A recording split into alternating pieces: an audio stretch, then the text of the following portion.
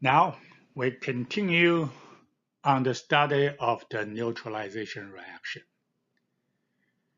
We know that the neutralization reaction produces two products. One is a salt, one is water. Last time we focused on the salt. We practiced that given a salt formula, we can figure out the acid and base required to prepare that salt via neutralization reaction. Today, we're going to focus on the water, and we're going to do another practice. All right. A neutralization reaction can also be considered as a proton transfer reaction between an acid and a base. As you can see, these are the two reactions we used last time. So now this time we focus on the proton in the acid and OH in the base. As you can see, if they combine together, you're going to form water, which is H2O. Last time we focused on these two. We focused these two combined together to form the salt. This time we focus on the hydrogen and OH only. If we focus on them, we ignore everything else. The neutralization reaction becomes a reaction between a proton and a hydroxide. And when they combine, a water molecule will be formed. Another way to write the reaction between a proton and a hydroxide is this. Instead of using proton, it uses a hydronium ion, which is good. We clarified that at the beginning of this chapter. Protons never exist as protons in water. Protons always stay together with a water molecule as a hydronium ion. That's good. Two different ways, both are accepted. They have the same meaning.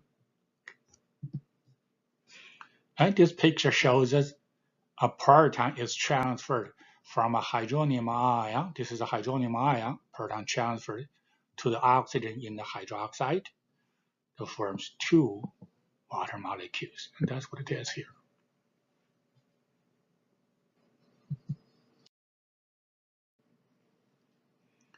All right, now let's see, with the knowledge we have about the neutralization reaction when we focus on the formation of water, what practice we can do, what problems we can solve.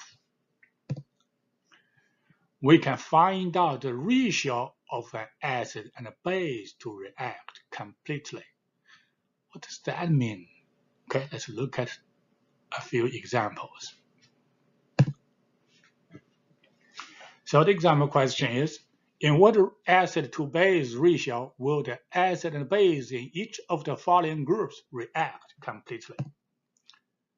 There are three groups. So let's look at one after another. Okay, so let's look at the first group. There's an acid HCl. There's a base aluminum hydroxide. It is asking if these two substances react, an acid and a base, in what ratio they will react. Well, what we do know is that the nature of neutralization reaction is the formation of water. Formation of water requires a one-to-one ratio between the number of protons and the number of hydroxide. They must equal so that they can form water. All right, now let's look at that. HCl is a monoprotic acid. Every one HCl can provide one proton. That's monoprotic acid. Aluminum hydroxide has 3 hydroxides in it. Every one of these can provide 3 hydroxide. Well, remember, In order for the protons and the hydroxide to react, they need to be in 1-to-1 ratio. Therefore, you will need 3 HCl to react with 1 aluminum hydroxide. 3 HCl will provide 3 protons. 3 protons can react with 3 hydroxide. Exactly. So the answer for this question will be the acid to base ratio to react will be 3:1. For every 1 formula of base, you need 3 formulas of HCl.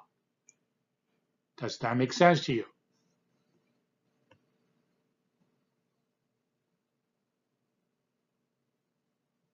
So for every 1 base, for every 1 base here, you need 3 acids so that it can provide 3 protons. Every 1 base can provide 3 hydroxide. Now they're in a 1-to-1 ratio. All right, let's move on. The second one, sulfuric acid, potassium hydroxide. In what ratio they will react? Now, every 1 sulfuric acid will supply 2 protons. It is a diprotic acid. Every 1 potassium hydroxide can provide only 1 hydroxide. Again, for them to react, they need to be in a 1-to-1 ratio, which means you need 2 hydroxide to provide 2 OH negative.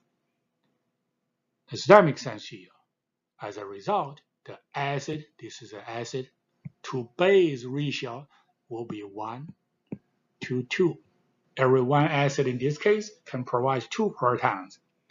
Every 1 base can provide only 1 hydroxide. So you need 2 base to react with 1 formula of acid. 1:2 ratio. Good. The third one, every 1 acid, diprotic, provides 2 protons. Every 1 formula of base, barium hydroxide, supplies 2 hydroxide ions. They are equal, so the ratio will be 1:1.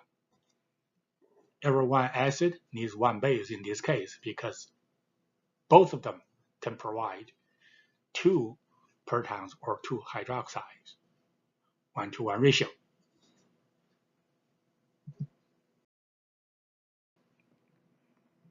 As always, this last slide is a practice for you. Practice in what acid to base ratio will each of the following acid base pairs react. Pause the video, complete them, and unpause the video to check the answer key. Here is the answer key. See you next time.